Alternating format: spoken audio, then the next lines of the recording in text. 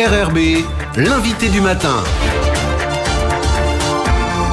Bonjour Jean-François Bodin. Bonjour Nicolas. Alors je le disais à l'instant avec votre invité ce matin, on va revenir sur l'actualité aux États-Unis. Oui, Armand H, qui est professeur émérite de civilisation américaine. Bonjour. Bonjour. Merci d'avoir accepté notre invitation pour revenir sur ce qu'on appelle l'attaque ou l'envahissement du Capitole la semaine dernière. On y reviendra dans un instant. Mais Mickaël le rappelait, il y a une procédure d'impeachment qui a été introduite pour destituer le président Trump. Alors parlez-nous de cette procédure. Qui l'a déposée? Est-ce qu'elle a des chances d'aboutir? Cette procédure commence à être connue du grand public parce qu'elle a eu lieu déjà il y a un certain temps. C'est la deuxième fois et ce n'est jamais arrivé jusqu'à présent. C'est-à-dire qu'elle n'a pas été jusqu'au bout. Non, c'est deux fois qu'un même président un même président et, disons, on tente de le destituer. Alors la procédure qui s'appelle en anglais impeachment, qui veut dire simplement à l'origine empêcher, qui dans la pratique veut dire que c'est la Chambre des représentants qui le met en accusation, un peu comme s'il était mis en examen, et c'est le Sénat qui juge, qui joue le rôle du tribunal. Dans la Chambre des représentants, la majorité simple, la majorité, disons 50% plus 1 suffit, alors qu'au Sénat, il faut la majorité des 2/3, ce qui n'a pas été réalisé la dernière fois. Donc la procédure n'a pas réussi. Il y a une autre procédure qui a été lancée aussi? Oui, il y a une procédure qui n'est pas très connue parce que cette partie-là n'a jamais été invoquée. Il s'agit de l'article 25 de la Constitution qui, dans son ensemble, prévoit le remplacement du président quand il décède, quand il est malade, quand il n'a plus toutes ses facultés. Il y a 4 alinéas dans cet article. Celui qui nous intéresse, c'est le 4e, parce que le premier, c'est un rappel de ce qui existe déjà. Si le président meurt ou démissionne, c'est le vice-président qui automatiquement devient président. La deuxième partie, c'est par exemple, si le président lui-même dit « je ne suis plus capable » ou « je vais subir une intervention chirurgicale », par exemple, comme c'était le cas de Bush et de Reagan, on le met entre parenthèses en quelque sorte. Pendant quelque temps. Pendant ce temps, c'est le vice-président qui est président en exercice. Donc, ce qui nous intéresse, c'est le dernier alinéa qui dépend en quelque sorte du vice-président. Cette procédure commence de façon très simple, mais pas très simple à réaliser. Parce que le début consiste à ce que le vice-président ait une majorité des membres du cabinet, c'est-à-dire l'équivalent du gouvernement, décide que le président n'est plus en mesure, n'est plus capable, sans parfois préciser de quoi il s'agit. La raison, oui. Et pour eux, les raisons sont politiques. Alors, moi, est-ce que ce soit cette procédure d'impeachment ou ce recours à l'article 25 ont des chances d'aboutir? Il ne reste plus que 9 jours jusqu'à l'investiture de Joe Biden. En fait, c'est plus compliqué parce que s'il s'agit de la procédure de destitution, impeachment, c'est un vide juridique. Les derniers jours, les démocrates à la Chambre des représentants ont présenté les articles de mise en accusation. Ils vont les présenter lundi aux États-Unis. Il faut qu'on sache combien de temps ils vont mettre pour les adopter. Bon, ils seront adoptés puisque c'est la majorité démocrate. Ensuite, combien de temps le Sénat va mettre pour les examiner.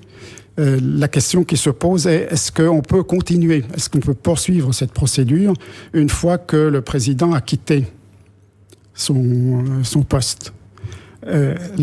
Les démocrates, bien sûr, disent oui, bien sûr, on peut poursuivre. Et surtout, ils insistent là-dessus parce que s'il est vraiment destitué, on va décider de sa punition en quelque sorte, parce que pour eux, c'est une punition. Ils veulent se débarrasser de Trump une fois pour toutes. Et dans les décisions qui punissent Trump, on peut dire qu'il ne pourra plus jamais avoir une fonction fédérale. Pour ça, c'est important, vous dites qu'ils veulent se débarrasser de Donald Trump une fois pour toutes. Pourquoi il y a cet acharnement aujourd'hui? Trump ne fait pas partie du sérail. Les choses ronronnaient, si on peut dire, pendant des décennies. On passait du démocrate au républicain. C'était toujours le même milieu.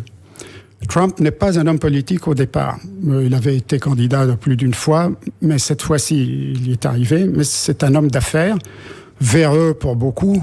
Il a fait faillite plusieurs fois. En tout cas, c'est un homme politique récent. Et comme je disais, il ne fait pas partie du sérail, et il a dit l'équivalent de ce que Allègre a dit à propos de l'éducation nationale: je vais dégraisser le mammouth. Lui, il a dit je vais drainer ce marécage. Ça veut dire que je vais me débarrasser de tous ceux qui forment en quelque sorte pour lui l'état profond. L'état profond, bien sûr, Biden fait partie de l'état profond puisqu'il est dans le sérail depuis plusieurs décennies. Donc c'est quelqu'un qui veut balayer. Trump, quelqu'un qui veut balayer, cela ne convient pas à beaucoup de gens qui ont déjà leurs intérêts. Alors, Donald Trump a mené un combat. On va revenir sur sa contestation des résultats du vote à la présidentielle. Il avait jusqu'à présent un certain nombre de fidèles à ses côtés, qui sont allés jusqu'au bout avec lui. On pense au vice-président Mike Pence. Et puis là, depuis quelques jours, tout le monde le lâche. Est-ce que c'est un président isolé? Est-ce que chacun aujourd'hui fait ses petits calculs? Les deux, parce que il est isolé dans la mesure où beaucoup le lâchent, mais sur le plan politique au sein de la population, il garde beaucoup de personnes qui voudraient le revoir président. Non, ce sont les hommes politiques qui décident actuellement. Et le cas de Pence est un peu particulier parce que dans la deuxième procédure dont nous parlions, l'article 25, je disais que c'était très simple. Le vice-président et une majorité du cabinet, ou l'article dit, ou n'importe quelle commission désignée par le Congrès, ce qui est très vague. Donc si on regarde les membres du cabinet, parce que la procédure est très simple et très rapide, on dit que s'il y a une majorité parmi les membres du cabinet, le vice-président devient automatiquement président en exercice. Donc c'est instantané. Voilà la responsabilité de Pence en ce moment, et à laquelle il faut qu'il réfléchisse. C'est-à-dire, il peut devenir président pendant 3-4 jours. Je disais que ce n'était pas si simple parce que le cabinet est formé d'à peu près une quinzaine de secrétaires, équivalent des ministres. Il faut avoir une majorité. On ne dit pas si c'est la majorité de ceux qui viennent voter ou si c'est une majorité de l'ensemble des 15. Il se trouve que 2 secrétaires ont démissionné. Celle qui est responsable de l'éducation et une autre. Ça leur permet d'éviter une décision pénible. Donc elles ne voteront pas si jamais la procédure est lancée. Il reste également 3 autres secrétaires qui n'ont pas été confirmés par le Sénat, donc qui ne pourront pas voter. Il y a au moins 5 personnes qui ne sont pas habilitées à voter. Comment va-t-on calculer la majorité? En tout cas, si majorité il y a, Pence devient président immédiatement. Maintenant, Trump va réagir. Tout ceci est prévu dans l'article.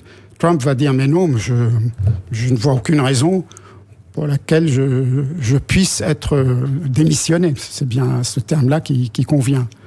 À ce moment-là, il écrit pour dire, mais non, je ne suis pas d'accord. Dans les 4 jours, on est toujours dans les limites. Dans les 4 jours, le vice-président et les membres du cabinet doivent écrire à la Chambre des représentants et au Sénat pour dire, voilà, vous devez examiner cette question. Et ils ont 21 jours pour le faire. Donc on va être dans le même cas pour une procédure d'impeachment. Est-ce que ça pourrait aboutir après la prise de fonction de Joe Biden? Disons, après la prise de fonction, ça n'aurait plus d'objet. Ce qui les intéresse plus, c'est la procédure de destitution traditionnelle, enfin disons qui est plus connue. Qui peut s'appliquer après le... Qui peut s'appliquer parce qu'on peut le punir de différentes façons. Alors vous évoquez Trump, qui n'est pas du sérail, etc. Il peut s'appuyer sur une partie encore des Américains qui croient en lui et qui veulent le voir au pouvoir, mais il est aussi très en délicatesse aujourd'hui avec son propre parti, le Parti républicain. Est-ce qu'il pourrait inverser la tendance un jour? Le Parti républicain est dans une situation délicate parce qu'ils ne peuvent pas... La plupart restent favorables à Trump, sans être peut-être aussi extrémistes que lui. Ceux qui le lâchent pensent à leur avenir. Ils ont peur que le Parti républicain devienne un parti fasciste, comme disent les antifas. Ils essaient, donc leur décision va dépendre de ce qu'ils peuvent faire individuellement. Donc il n'y aura plus de discipline du parti, comme on dit. Chacun va chercher son propre intérêt. Tout ça est parti du fait que Donald Trump ait contesté les résultats du vote à la présidentielle. C'est vrai qu'on est un peu surpris du déroulement du scrutin, du timing, d'un certain nombre de choses. Qu'est-ce qu'on peut dire là-dessus? Parce qu'en fait, on n'arrive pas à savoir s'il y a eu vraiment des fraudes, pas des fraudes, des manipulations, pas des manipulations. Le système est tellement compliqué que c'est difficile de savoir ce qui s'est vraiment passé. Exactement. Aucun politologue, aucun chercheur ne peut savoir exactement ce qui s'est passé. On ne peut que voir ce qui a été déclaré. Ceci dit, quand on examine le système lui-même, notamment comparé au système français, qui pour une fois est simple, on met un bulletin dans l'urne. Aux États-Unis, pendant longtemps, il y avait les machines à voter. Elles n'étaient pas très fiables. Ensuite, on a, disons, plus ou moins systématisé le vote par correspondance, qui peut être efficace dans certains cas pour certaines personnes, mais il a été plus ou moins généralisé. Et on voit que au tout dernier moment, même au moment des élections, il recevait encore des enveloppes, et il se trouve, en tout cas ce sont les républicains qui le disent, et les résultats le montrent, et il se trouve que tous ces votes étaient pour les démocrates. La troisième chose, c'est qu'ils ont généralisé plus ou moins également le vote un mois avant. Alors, quand on pense objectivement, comment peut-on parler d'un vote sincère si on vote un mois avant et puis si on peut plus changer d'avis. Donc le système lui-même a des défauts vraiment parfois rédhibitoires.